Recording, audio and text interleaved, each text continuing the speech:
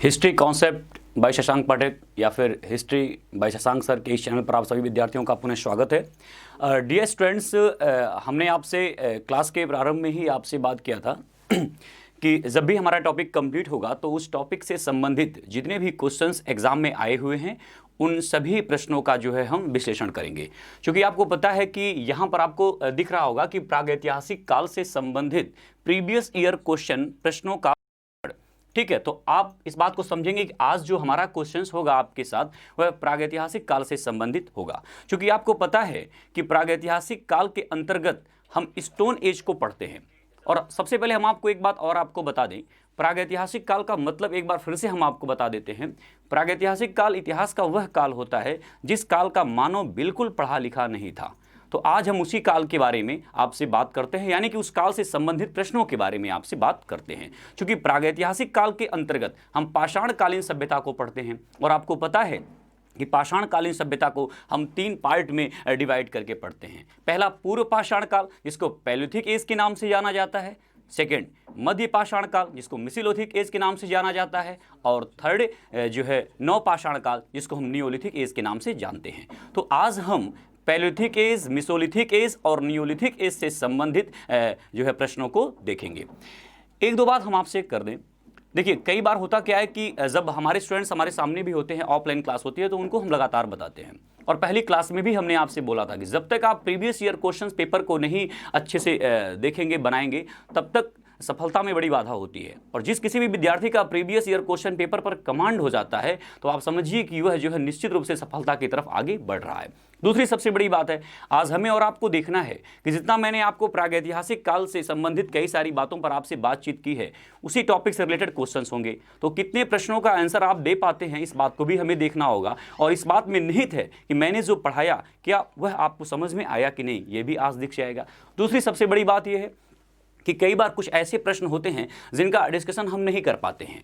तो और मान लीजिए क्लास में हम जिस टॉपिक को पढ़ाए हैं, हो सकता है कई छोटे छोटे पॉइंट्स हमसे छूट जाते हैं। और मान लीजिए कि ऐसे पॉइंट्स क्वेश्चंस बन करके आपके एग्जाम में आए हुए हैं और प्रीवियस ईयर क्वेश्चन पेपर में ऐसे क्वेश्चंस बने हुए हैं। तो जब कभी भी आप previous year question paper solve करें या आप हमारे साथ प्रैक्टिस कर रहे होते हैं, तो कई ऐसे प्रश्न होंगे, हो सकता है जिनका विश्लेषण मैंने क्लास में ना किया हो।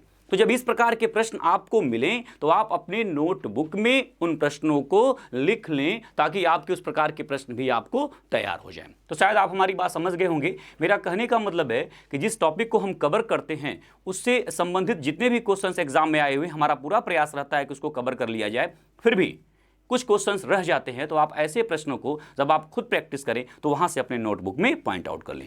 दूसरा, जब भी यहां पर कोई मैटर होता है और आपको लगता है कि आपको नोट करना चाहिए, तो आप अपनी सुविधानुसार उसको जो है लिख सकते हैं। एक बात और, हो सकता है कि कई सारे पॉइंट्स जिसको मैंने जैसे लिखा आप उसको उस तरह से ना लिखना चाहें, तो आप वहां पर भी अपनी सुविधानुसार अपने तरीके से पॉइंट आउट कर सकते हैं। बहुत सारी बातों को हम करें कि उससे पहले अब हम अपने मुद्दे पर आते हैं।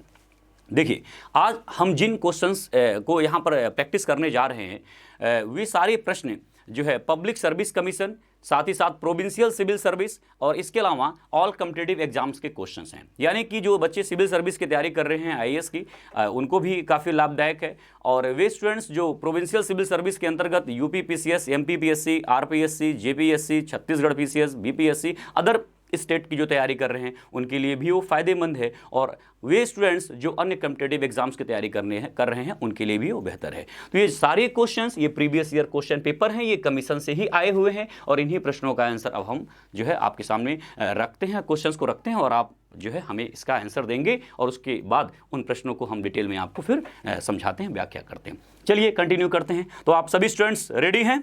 कंटिन्यू किया जाए। ओके, फर्स्ट क्वेश्चंस आप हमारा देखेंगे कि क्वेश्चंस को एक बार मैं रीड करता हूं। प्राप्त साक्ष्यों के आधार पर पशुपालन प्रारंभ हुआ। यह प्रश्न आया हुआ है उत्तर Pradesh public service commission mains में 2006 में यह क्वेश्चन आया हुआ है। और आप यहां देखेंगे जो ऑप्शन है आप उसको एक बार अच्छे से चेक कर लें। पहला ऑप्शन जो है निचले पूर्व पाषाण काल में, ठीक है। सेकेंड ऑप्शन है मध्य पूर्व पाषाण काल में। थर्ड ऑप्शन है ऊपरी पूर्व पाषाण काल में। और लास्ट ऑप्शन है मध्य पाषाण काल में। अब आपको जल्दबाजी नहीं करना है, आप एक बार गंभीरता से विचार करेंगे। और आई होप कि हमारे बहुत सारे विद्यार्थियों को इसका आंसर आइडिया लग गया होगा। मैं एक बार देख लेता हूं कि इसका आंसर क्या है। जी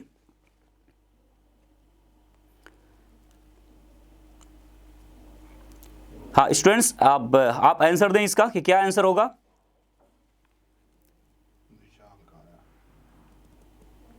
जी बिल्कुल, जल्दी से आप आंसर दें। 30 सेकंड थोड़ा लेट आता है।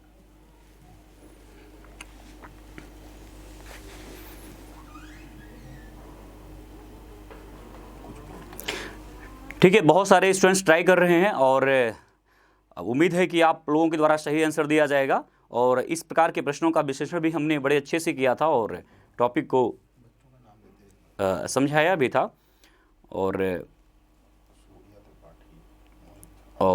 बस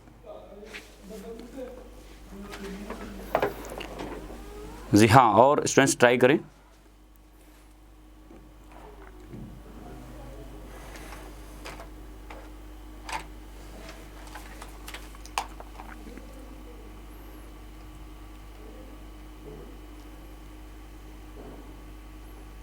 चलिए ठीक है, काफ़ी लोगों का आंसर आ गया है और यहाँ पर मैं देख पा रहा हूँ कि बहुत सारे स्टूडेंट्स ने आंसर दे दिया है कि जो है प्राप्त साक्ष्यों के आधार पर पशुपालन जो प्रारंभ हुआ वह मध्य पाषाण काल में प्रारंभ हुआ। अब यहाँ पर हम आपको बता दें कि सही आंसर है कि मध्य पाषाण काल में, क्योंकि हमने आपको बताया था जब क्लास में प्रागैतिहासिक काल को जब मैं आपसे डिस्कस कर रहा था तो हमने आपको बताया था कि प्रागैतिहासिक काल के अंतर्गत जब मैं पाषाण काल को पढ़ता हूं तो पाषाण काल को हमने 3 पार्ट में इसका डिवीजन किया था, पूर्व पाषाण काल, मध्य पाषाण काल और नव पाषाण काल। और हमने आपको बताया था कि पूर्व पाषाण काल का जो मानव है वह शिकारी जीवन व्यतीत करता है, वह जो है भोजन संग्राहक के रूप में उसकी स्थिति बनी हुई है। और मध्य पाषाण काल के मानव के बारे में हमने आपको बताया था कि मध्य पाषाण काल का मानव पशुपालन का कार्य करने लगता है, यानी कि पशुपालन के साथ साथ वह जो है शिकारी जीवन व्यतीत करता है, लेकिन पशुपालन का कार्य प्रारंभ हो जाता है। और नव पाषाण काल में आप देखेंगे एग्रीकल्चर का। तो यहां पर जो ऑप्शन है आप देखेंगे उस ऑप्शन में सही आंसर आपका होगा मध्य पाषाण काल। ठीक है, और एक प्रश्न आपसे यहां पर मैं खुद पूछता हूं कि अगर मैं आपसे पूछूं कि मध्य पाषाण काल में पशुपालन के साक्ष्य कहां से प्राप्त हुए हैं, हालांकि मैं अभी इस प्रश्न का जवाब नहीं देना चाहता क्योंकि वह प्रश्न आपके इस जो है क्वेश्चंस में आगे आएंगे। ठीक है, नेक्स्ट क्वेश्चंस की हम बात करते हैं। कोपेनहेगन संग्रहालय की सामग्री से पाषाण, कांस्य और लौह युग का त्रियुगीय विभाजन किया गया था। देखिए यहां पर दिया गया है कि कोपेनहेगन संग्रहालय की सामग्री से जो है हमें पाषाण काल, कांस्य काल और लौह युग का जो त्रियुगीय विभाजन मिलता है वह किस विद्वान के द्वारा इसका त्रियुगीय विभाजन किया गया है। तो निश्चित रूप से हमने इस क्वेश्चंस को आपके क्लास में डिस्कस नहीं किया था, इस प्रकार के प्रश्नों को। तो हमने आपसे पहले भी बताया था कि कई प्रश्न ऐसे होते हैं जो टॉपिक के अंतर्गत उस टाइम नहीं आ पाते हैं। तो ऐसे प्रश्नों को क्या करना है आप अच्छी तरह से समझ गए होंगे कि ऐसे क्वेश्चंस को आपको जो है अपने नोटबुक में पॉइंट आउट कर लेना है। और इस प्रश्न का सही आंसर है थॉमसन ने जो है यह पाषाण, कांस्य और लौह युग का त्रियुगीय विभाजन किया था। तो जो है कुछ स्टूडेंट्स ने सही आंसर भी दिया है, बहुत बहुत धन्यवाद। नेक्स्ट आगे थर्ड क्वेश्चन की तरफ चलते हैं। रॉबर्ट ब्रूस फुट को जाना जाता है, यह क्वेश्चन देखिए उत्तर प्रदेश लोअर जो सबऑर्डिनेट में पूछा गया है 2015 में। ठीक है, और इस प्रश्न को आप देखें कि रॉबर्ट ब्रूस फुट को जाना जाता है, पहला ऑप्शन है भूगर्भ वैज्ञानिक, सेकंड है पुरातत्वविद, और तीसरा ऑप्शन है पुरा वनस्पति शास्त्री, और चौथा ऑप्शन है इसका इतिहासकार। तो देखिए इस प्रश्न को भी हमने अपने क्लास में डिस्कस नहीं किया था, इस बात को मुझे पता है। तो फिर हम बता रहे हैं कि ऐसे प्रश्नों को आपको क्या करना है। इस प्रकार के जो प्रश्न होते हैं वो ऑनलाइनर होते हैं, किसी कॉन्सेप्ट पर आधारित नहीं होते हैं, और ऐसे प्रश्नों को याद करना ही बेहतर होता है। तो यहाँ पर आप देखेंगे कि इंसाइक्लोपीडिया और ब्रिटानिका के अकॉर्डिंग अगर आप से जो है हम इन सोर्स के माध्यम से आपको हम बताएं तो इसका सही आंसर इसमें 2 हो जाता है, एक तो भूगर्भ वैज्ञानिक और दूसरा पुरातत्वविद। क्योंकि जब एग्जाम हुआ था तो उस एग्जाम में आप देखेंगे बहुत सारे स्टूडेंट्स कंफ्यूज हो गए थे, कई सारे विद्यार्थियों ने भूगर्भ वैज्ञानिक आंसर लगाया, ये भी सही था, और पुरातत्वविद ये भी सही था। तो आप इन दोनों ऑप्शंस को याद कर सकते हैं, और जब कभी भी पब्लिक सर्विस कमीशन या प्रोविंशियल सिविल सर्विस के द्वारा जब नेक्स्ट टाइम में कभी भी इस प्रकार के प्रश्न बनेंगे तो निश्चित रूप से इनमें से कोई एक ही ऑप्शन होगा। तो इसका सही आंसर है जो है भूगर्भ वैज्ञानिक और पुरातत्वविद और भूगर्भ वैज्ञानिक। तो आप देखेंगे थर्ड क्वेश्चंस भी आपको यहां पर जो है याद करना होगा। नेक्स्ट हम फोर्थ क्वेश्चंस की तरफ आगे बढ़ते हैं। चौथा क्वेश्चन आप देखेंगे, निम्नलिखित में से किस स्थल से हड्डी के उपकरण प्राप्त हुए हैं? जल्दबाजी बिल्कुल नहीं करना है और अच्छे से आपको इसको ध्यान देना है। क्वेश्चंस देखिए, निम्नलिखित में से किस स्थल से हड्डी के उपकरण प्राप्त हुए हैं?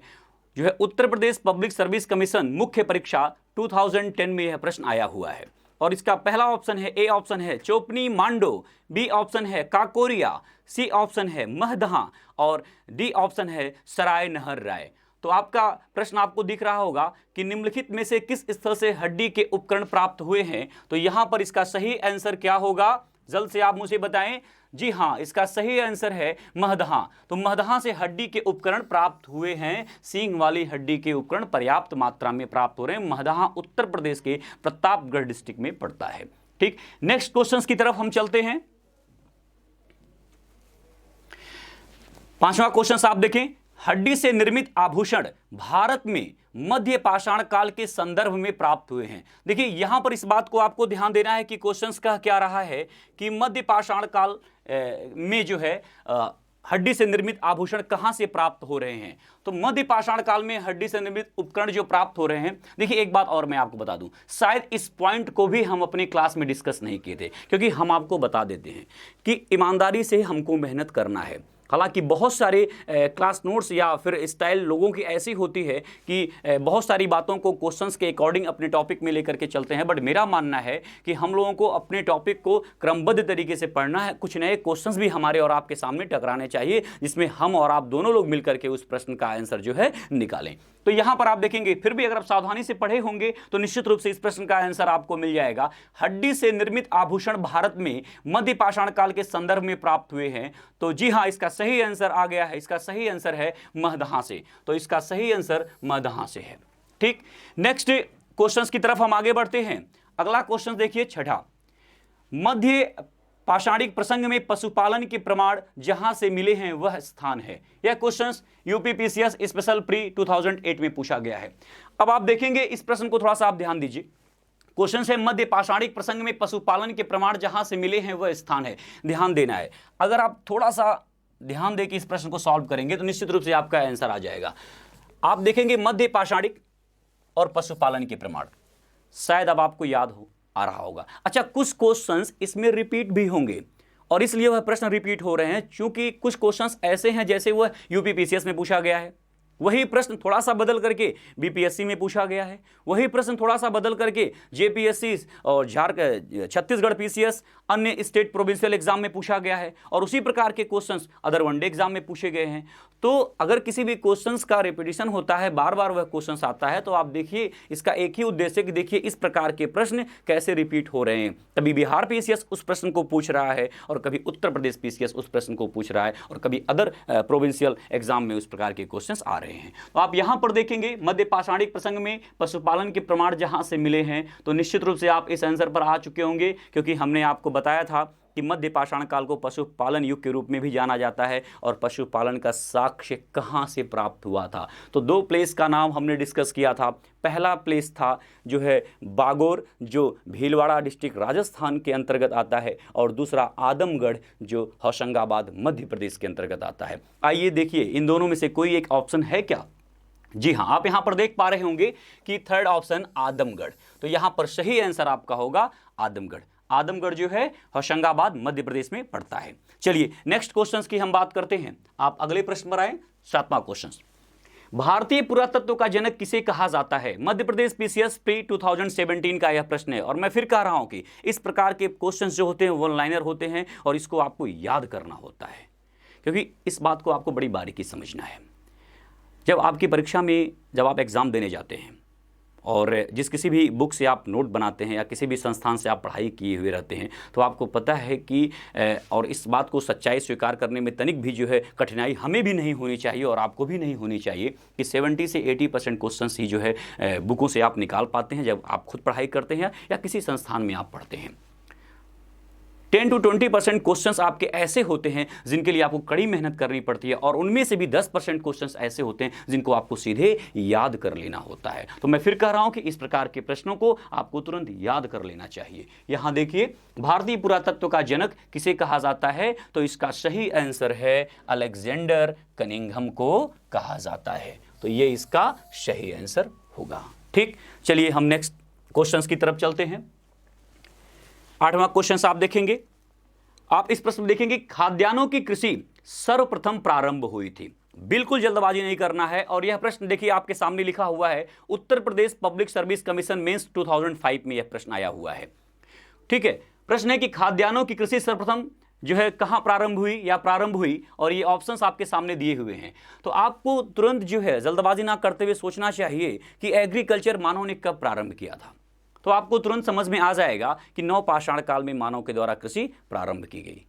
ठीक है, तो अब आप यहां पर देखिए कि नवपाषाण काल इसका सही आंसर होगा, क्योंकि बार बार हमने इस बात का डिस्कस किया था कि पूरा पाषाण काल यानी कि पैलियोलिथिक एज हंटिंग एज के रूप में जाना जाता है, मिसोलिथिक एज मध्य पाषाण काल जो होता है वह डोमेस्टिकेशन पीरियड पशुपालक युग के रूप में जाना जाता है, और जो है नियोलिथिक एज नवपाषाण काल एग्रीकल्चर के रूप में जाना जाता है। तो इस प्रश्न का सीधे आंसर आप देख सकते हैं। नेक्स्ट क्वेश्चन, भारत में मानव का सर्वप्रथम साक्ष्य कहां मिलता है, यानी कि मानव कंकाल के अधिकतम साक्ष्य हिंदुस्तान में कहां से मिलते हैं। तो इसका सही आंसर आप यहां पर देखेंगे नर्मदा घाटी। तो नर्मदा वैली से मानव कंकाल के सबसे अधिक मात्रा में साक्ष्य प्राप्त होते हैं। नेक्स्ट क्वेश्चन, 10वां क्वेश्चन आप देखिए, मानव द्वारा सर्वप्रथम प्रयुक्त अनाज था। ठीक है, उत्तर प्रदेश पब्लिक सर्विस कमीशन ये क्वेश्चन आया हुआ है 1997 में, 1997 में इस प्रश्न को पूछा गया है। ठीक है, और यहां देखिए मानव द्वारा सर्वप्रथम प्रयुक्त अनाज था गेहूं, जौ, चावल, बाजरा। ठीक है, यहां पर कई सारे क्वेश्चंस आपको यहां पर देखने को मिलेंगे। देखिए यह प्रश्न थोड़ा सा बड़ा अनोखा है और इस पर हमें और आपको निश्चित रूप से थोड़ी सी बात कर लेनी चाहिए। हालांकि इस प्रश्न का सही आंसर जो दिया गया है वह जो जब ये क्वेश्चंस पूछा गया था उस टाइम अगर आप देखेंगे तो इसका सही आंसर जौ होगा। ठीक है, लेकिन यहाँ पर हम आपको बताते हैं कि इसमें क्या प्रॉब्लम है। इसका सही आंसर जौ है और जौ के साथ साथ गेहूं भी है, क्योंकि जौ और गेहूं के साक्ष्य जो है बलूचिस्तान जो पाकिस्तान के अंतर्गत आता है वहाँ से तकरीबन 7000 या 8000 ईसा पूर्व के आसपास प्राप्त होता है। लेकिन पिछली क्लास में हमने आपसे बताया था कि चूंकि यहाँ पर देखिए प्रयुक्त अनाज, और अनाज में चावल भी दिया हुआ है, और चावल का साक्ष्य हमने आपको बताया था कि चावल का जो साक्ष्य है वह उत्तर प्रदेश संत कबीरनगर डिस्ट्रिक्ट के लहुरा देवा से तकरीबन 9000 ईसा पूर्व के आसपास प्राप्त हुआ। तो चूंकि जब यह क्वेश्चन बना था उस समय लहुरा देवा जो है उसके बारे में किसी को जानकारी नहीं थी, वहां पर उत्खनन कार्य नहीं हो पाया था। क्योंकि बाद में उत्खनन कार्य हुआ तो इसलिए देखिए इस प्रश्न के अकॉर्डिंग तो आपका सही आंसर जौ होगा। गेहूं भी हो सकता है बट सही ऑप्शन आपका जौ माना जाता है। लेकिन अब अगर प्रश्न आता है और इस प्रकार के ऑप्शन होते हैं तो आपका सही आंसर जो है चावल मान लिया जाएगा। आइए अब हम नेक्स्ट क्वेश्चन की बात करते हैं। विंध्य क्षेत्र के किस शिलाश्रय से सर्वाधिक मानव कंकाल मिले हैं? ध्यान रखिएगा, विंध्य क्षेत्र के किस शिलाश्रय से सर्वाधिक मानव कंकाल मिले हैं? यह प्रश्न उत्तर प्रदेश पब्लिक सर्विस कमीशन जो है 2016 में यह प्रश्न आया हुआ है। तो आपको यहां पर ध्यान देना है, इस प्रश्न का सही आंसर है लखिया। आप देखेंगे कि लखिया से जो है मानव कंकाल के साक्ष्य सर्वाधिक प्राप्त हो रहे हैं विंध्य क्षेत्र के अंतर्गत। ठीक है, नेक्स्ट प्रश्न पर हम आगे बात करते हैं। 12 क्वेश्चंस आप देखिएगा। 12 क्वेश्चन में आप देखेंगे कि भारतीय उपमहाद्वीप में कृषि के प्राचीनतम साक्ष्य कहां से प्राप्त हुए हैं?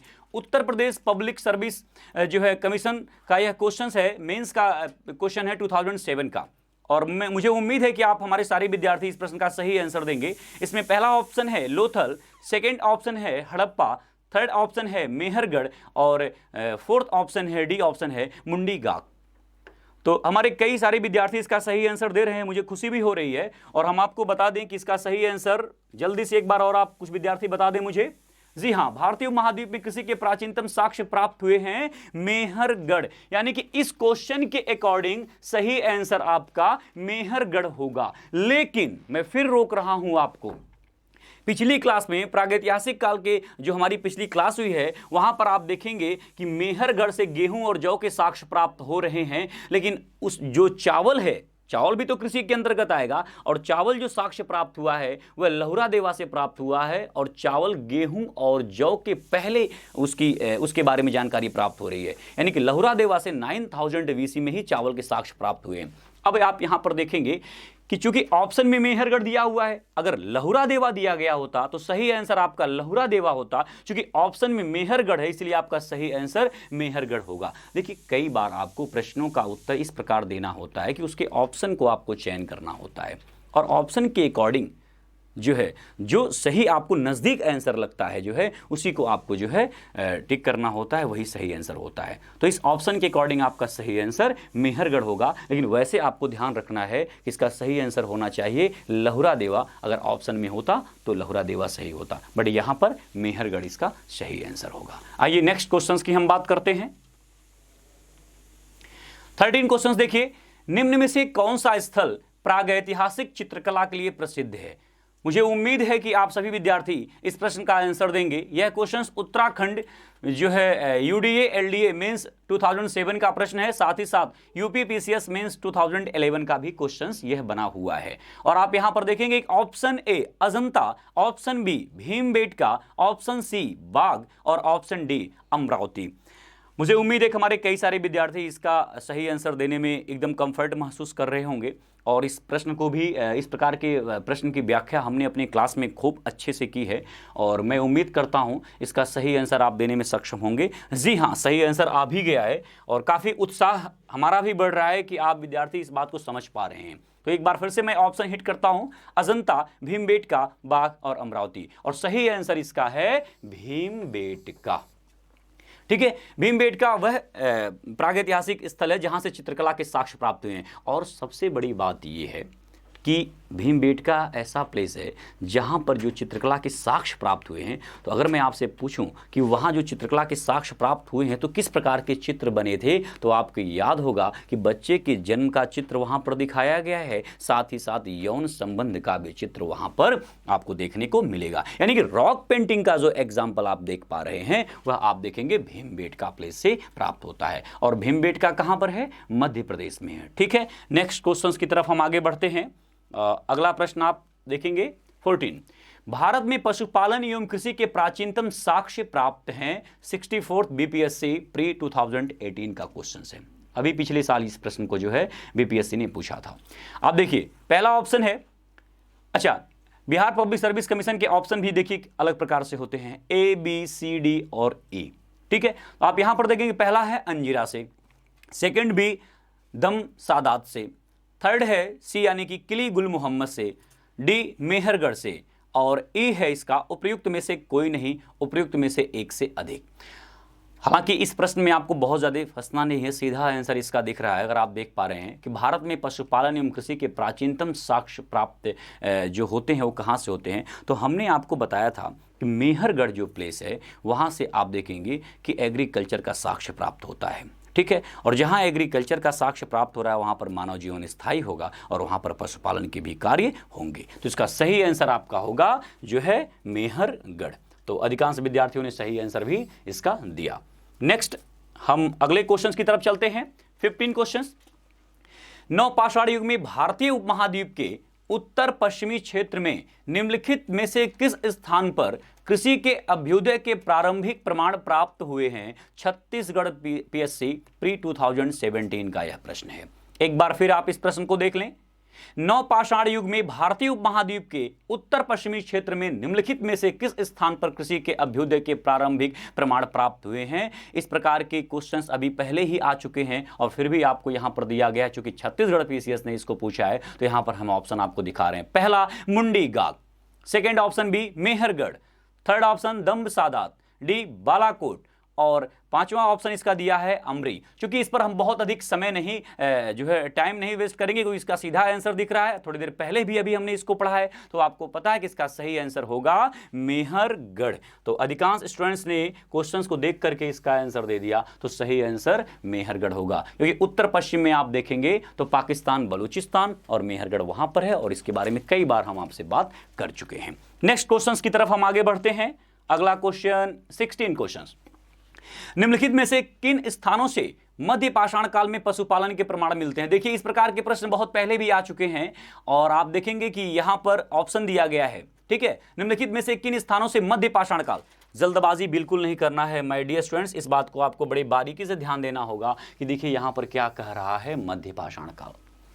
ठीक है, तो मध्य पाषाण काल में पशुपालन के प्रमाण मिलते हैं। तो हमने आपको बताया था कि दो प्लेस हैं जहां पर पशुपालन के प्रमाण मिल रहे हैं, एक आदमगढ़ और दूसरा बागोर। आइए इस ऑप्शन में चेक करते हैं दोनों में से कोई एक ऑप्शन है कि नहीं। हाँ देखिए यहां पर बागोर ऑप्शन दिया गया है, यानी कि सही आंसर इसका सी बागोर होगा। ठीक है, आइए नेक्स्ट क्वेश्चन की हम बात करते हैं। हमारा अगला प्रश्न है 17, भीमबेटका की गुफाएं कहां स्थित हैं। जबरदस्त क्वेश्चन है, एमपीपीएससी प्री 2013 का यह प्रश्न है कि भीमबेटका की गुफाएं कहां स्थित हैं। और अगर आप हमारे टॉपिक को पढ़े होंगे जब मैं क्लास में कंटिन्यू कर रहा था, उसके बाद भी अगर आप उसका रिवीजन किए होंगे तो इस क्वेश्चंस को बताने में तनिक भी कठिनाई नहीं होनी चाहिए। और इस प्रकार के प्रश्नों पर हमें बहुत अधिक समय भी नहीं देना चाहिए, क्योंकि इस प्लेस को पूछ रहा है, यहां पर किसी प्रकार का कॉन्सेप्चुअल यानी कॉन्सेप्ट संबंधी बातें नहीं है। तो यहां आप देखेंगे पहला ऑप्शन है भोपाल, सेकेंड बी ऑप्शन है पंचमढ़ी, थर्ड सी ऑप्शन है सिंगरौली और डी ऑप्शन है अब्दुल्लागंज रायसेन। तो इसका सही आंसर है अब्दुल्लागंज रायसेन। ठीक है, नेक्स्ट क्वेश्चंस पर हम चलते हैं, अगले क्वेश्चंस की बात करते हैं। अगला प्रश्न हमारा आप देखेंगे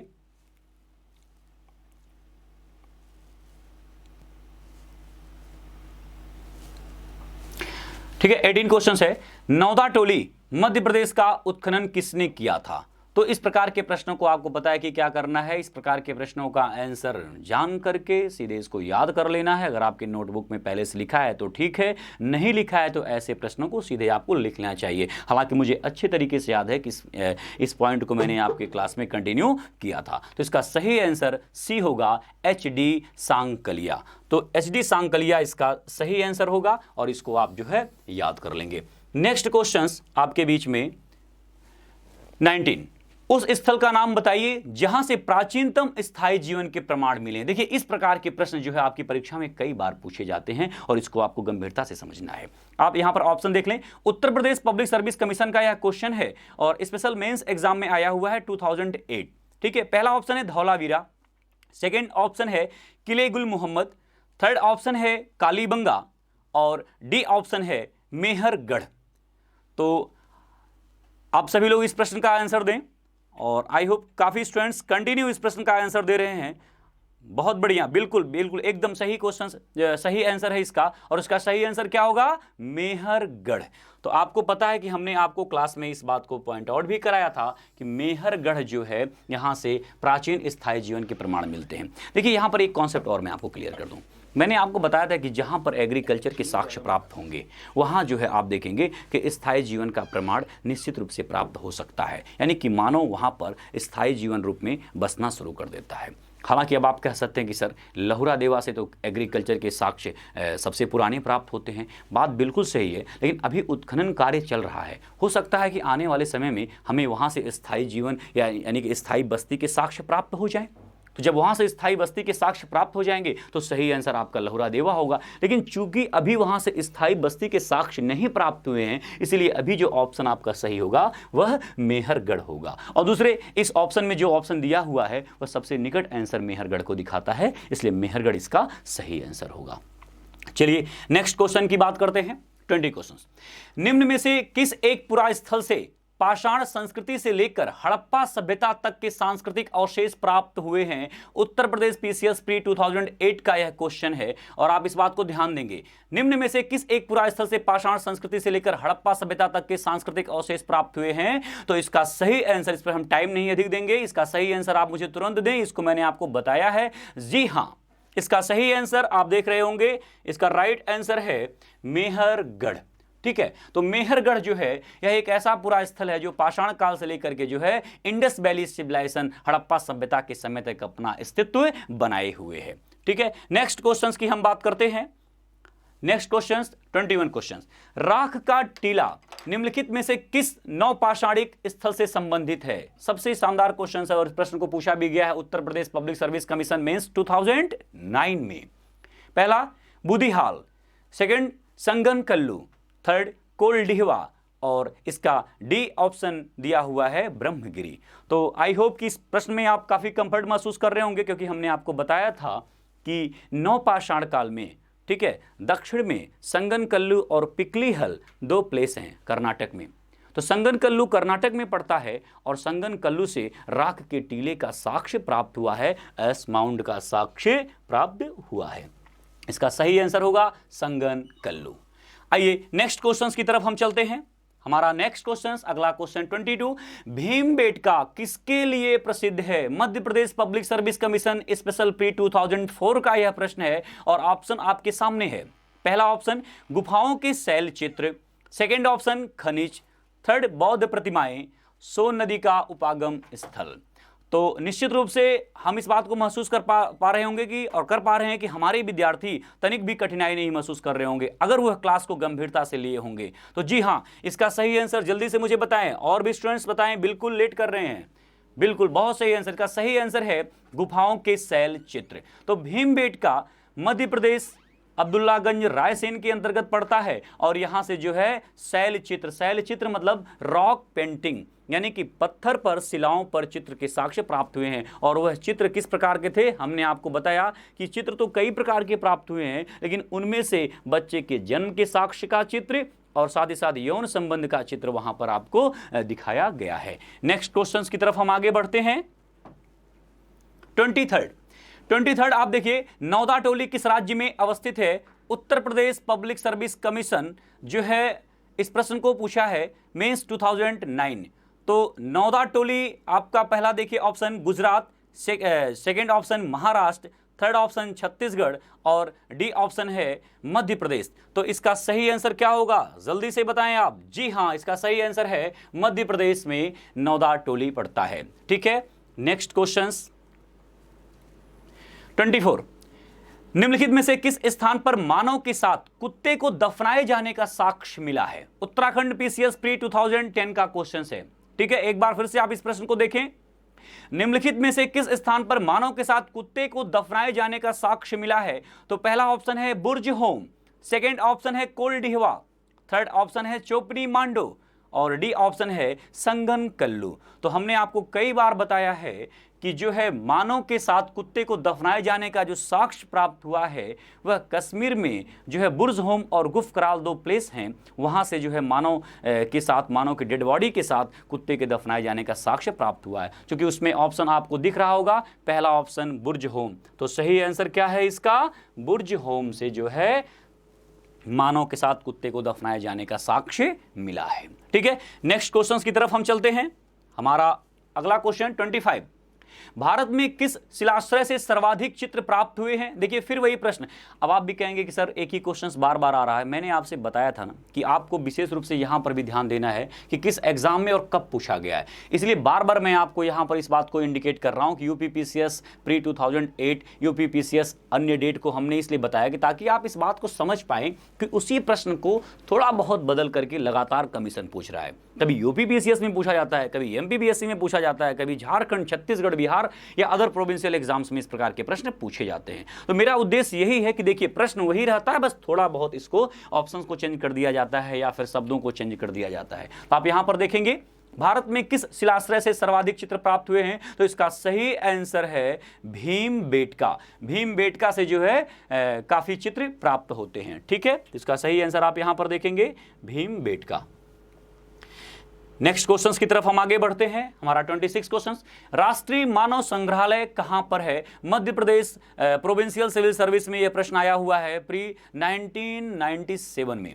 पहला ऑप्शन है गुवाहाटी, सेकंड बी ऑप्शन है बस्तर, सी ऑप्शन है भोपाल और डी ऑप्शन है चेन्नई। देखिए हमने इस पॉइंट को पॉइंट आउट कराया था अन्य महत्वपूर्ण बिंदुओं में, और आप वहां पर देखेंगे हमने लिखाया था राष्ट्रीय मानव संग्रहालय, और इसी को हमने बताया था कि आजकल इसे इंदिरा गांधी राष्ट्रीय मानव संग्रहालय के नाम से भी जाना जाता है और यह मध्य प्रदेश के भोपाल में स्थित है। ठीक है, तो भोपाल में इसका केंद्र है। ठीक, तो इसका सही आंसर आप यहां पर देख पा रहे हैं भोपाल। ठीक, नेक्स्ट क्वेश्चन की तरफ हम आगे बढ़ते हैं। 27, गर्त आवास के साक्ष्य प्राप्त हुए हैं। उत्तर प्रदेश पब्लिक सर्विस कमीशन यानी कि जो है प्रोविंशियल सिविल सर्विस मेंस 2011 का प्रश्न है ये।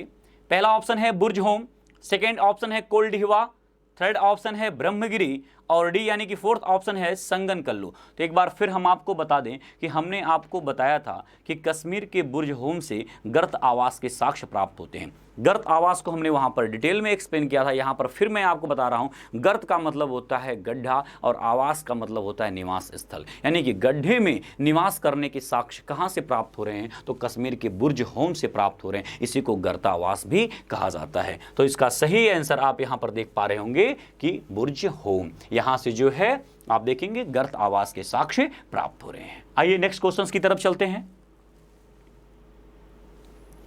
28, भारतीय पुरातत्व सर्वेक्षण निम्नलिखित विभागों मंत्रालयों में से किसका संलग्न कार्यालय है? ठीक है, यानी कि भारतीय पुरातत्व सर्वेक्षण जो है किसका संलग्न कार्यालय है, तो इसको भी हमने आपको पॉइंट आउट करा दिया था। और यह question Jharkhand provincial civil service pre 2011 में पूछा गया है। और इसका पहला ऑप्शन है संस्कृति, बी ऑप्शन है पर्यटन, सी ऑप्शन है विज्ञान और प्रौद्योगिकी, और डी यानी कि चौथा ऑप्शन है मानव संसाधन विकास। तो इसका सही आंसर आप जल्दी से मुझे बताएं। जी हाँ, सही आंसर आ भी रहा है। ठीक, इसका सही आंसर है संस्कृति डिपार्टमेंट। इस मंत्रालय के अंतर्गत जो है भारतीय पुरातत्व सर्वेक्षण विभाग है। ठीक, आइए नेक्स्ट क्वेश्चंस की हम बात करते हैं।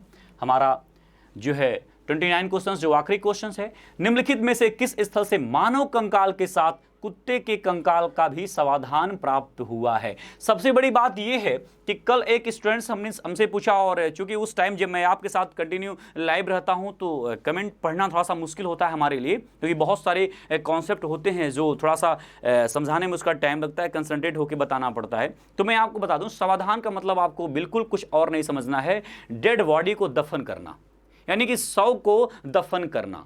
ठीक है, तो समाधान, अच्छा समाधान यानी डेड बॉडी को जब हम अंत्योष्टि संस्कार में लेकर के जाते हैं, अंत्योष्टि संस्कार जब मानव का होता है डेड बॉडी का, तो किस तरह से किया जाता है। ठीक है, तो आप देखेंगे कि कई प्रकार के समाधान होते हैं। एक तो आप देखेंगे डेड बॉडी को दफन कर दिया जाता है, एक आप देखेंगे कि आगे चलकर के हम आपको बताएंगे कि डेड बॉडी को खुले मैदान में छोड़ दिया जाता है, उसके कुछ दिनों के बाद फिर उसको दफन कर दिया जाता है, और एक आप देखेंगे डेड बॉडी को जला दिया जाता है। तो इस प्रक्रिया को शवाधान कहते हैं। ठीक है, तो यहां पर दफन किया जाता था अमूमन। और आप यहां पर देखेंगे कि प्रश्न पूछ रहा है कि निम्नलिखित में से किस स्थल से मानव कंकाल के साथ कुत्ते के कंकाल का भी शवाधान प्राप्त हुआ है? फिर मैं कह रहा हूं कि कुत्ते के कंकाल का पूछ रहा है, इसका मतलब कि आपको ध्यान देना चाहिए कि इसका आंसर फिर कहां जाएगा? बुर्ज होम, क्योंकि बुर्ज होम में जो है मानव के साथ कुत्ते को दफन किया जाता था। तो जहां पर जिसके साथ दफन किया जाएगा उसके साथ उसी का कंकाल प्राप्त होगा। तो यानी कि सही आंसर आपका क्या होगा? इसका सही आंसर होगा बुर्ज होम। ठीक है, और इसके बाद फिर जो है, ठीक, थैंक यू डियर स्टूडेंट्स। हम आपसे कुछ और बात करना चाहते हैं। देखिए, हमने आपको बताया था कि जब हमारा टॉपिक कंप्लीट होगा, हम अपने टॉपिक को कंप्लीट करने के बाद प्रीवियस ईयर क्वेश्चन पेपर पर ध्यान देंगे। बहुत सारे क्वेश्चंस का डिस्कशन हमने किया, और मोस्टली जो है प्री हिस्ट्री यानी कि प्रागैतिहासिक काल से जितने भी क्वेश्चंस आए हुए हैं, लगभग सारे प्रश्नों को हमने कवर किया। फिर भी कुछ एक क्वेश्चंस रह जाते हैं, और मैं आपसे उम्मीद रखता हूं कि आप खुद कड़ी मेहनत करेंगे और आप लगातार जो है प्रीवियस ईयर क्वेश्चन पेपर को सॉल्व करते रहेंगे। कई सारे क्वेश्चन इसमें ऐसे थे, तकरीबन 29 क्वेश्चंस में हम आपको बता दें कि 25 क्वेश्चन ऐसे थे जिसका आंसर आप तुरंत दे सकते थे। कुछ एक प्रश्न ऐसे थे जिनको आपको याद करना होता है। तो आप ऐसे प्रश्नों को जिनको याद करना होता है उनको तुरंत याद कर लीजिए, अपने कॉपी में उसको पॉइंट आउट कर लीजिए, और जो कॉन्सेप्चुअल क्वेश्चंस होते हैं जिसका आंसर आप देखेंगे कॉन्सेप्ट के आधार पर देना होता है, तो उसको आप यहां पर सीधे देख सकते हैं और उसको समझ करके प्रैक्टिस को लगातार बनाए रख सकते हैं। देखिए, एक दो बात और हम आपको बता दें, हमने इस चैनल की जो शुरुआत की थी विद्यार्थियों के बेहतर भविष्य की जो है कामना या यूं कह सकते हैं कि बहुत सारे विद्यार्थी कहते हैं कि सर लोग चैनल पर आते हैं अपना प्रमोशन करते हैं। मैं मान लेता हूं, मैं बिल्कुल इस बात से जो है इस बात को इग्नोर नहीं करता, और ऐसा नहीं कि मैं एक्सेप्ट नहीं करता, मैं करता हूं। लेकिन ऐसा नहीं कि हर बार हर इंसान की नीयत में एक ही बात होती है। आप जो है हमारी कड़ी मेहनत को देख रहे होंगे, और देखिए हमारी कड़ी मेहनत तभी हो पा रही है जब आप सभी विद्यार्थियों का मुझे लगातार सहयोग प्राप्त हो रहा है। आप विश्वास नहीं करेंगे, पिछले 3 दिनों में मैं इतना उत्साहित हूं कि मैं अपने लाइफ में, अपने एकेडमिक और कॉम्पिटिटिव कैरियर में कभी अपने रिजल्ट को लेकर के उत्साहित नहीं था। लगातार आप विद्यार्थियों का मैसेज और कमेंट हमारे पास आता रहता है, और हम हमेशा प्रयास करना चाह रहे हैं कि और भी बेहतर करें, और आप विश्वास रखिए कि आने वाले टाइम में हम बिल्कुल बेहतर करेंगे। आप यहाँ पर देखेंगे Madhya Pradesh public service commission, Uttar Pradesh public service commission, Chhattisgarh public service commission, Bihar public service commission, अन्य जो है प्रोविंशियल एग्जाम्स के क्वेश्चन हम आपके बीच में लाए हैं। ऐसे आप चलेंगे कि और भी जो टॉपिक होंगे जहां से अन्य परीक्षाओं में भी प्रश्न पूछे गए, सब आपके बीच में लेकर के आएंगे। चूँकि इस चैनल पर हिस्ट्री को पढ़ाने की बात हुई थी, लेकिन आप अधिकांश विद्यार्थियों ने कहा कि सर अगर और भी सब्जेक्ट्स को आप इस चैनल के माध्यम से हम तक लेकर के आएँ और हमारे कॉन्सेप्ट को क्लियर करें तो ज़्यादा अच्छा है। और मैं बार बार कहता हूं कि आपके जो सुझाव, जो सजेशन होते हैं, मेरे लिए आदेश स्वरूप होते हैं।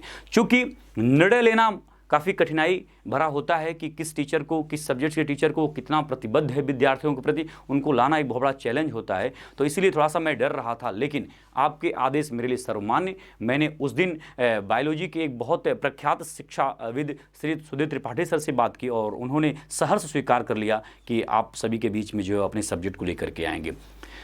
हमारी आपसे पहले बात हुई थी कि थर्सडे, फ्राइडे, सैटरडे 9:30 से 10:30 PM तक हमारी क्लास होगी, लेकिन क्लास टाइम शेड्यूल चेंज हुआ है। अब जो क्लासेस होंगी वह 9 PM से लेकर के 10 PM तक क्लासेस होंगी। और इस क्लास में अब मंडे, ट्यूसडे, वेडनेसडे यानी कि कल, परसों और उसके बाद जो 3 दिन की क्लास होगी वह जनरल साइंस की क्लास होगी। और जनरल साइंस की क्लास में बायोलॉजी से जो है आपका क्लास शुरू किया जाएगा त्रिपाठी सर के द्वारा।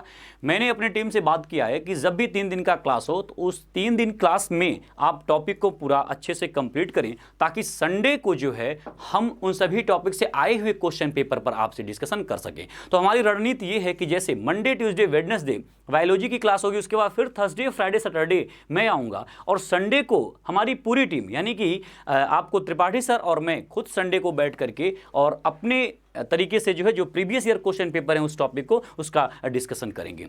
एक आखिरी प्रार्थना मैं आपसे कर लूँ, हमारा अब अधिकार तो बनता ही है, हमारा उत्साह आप जिस तरह से बढ़ा रहे हैं और अपार खुशी हो रही है।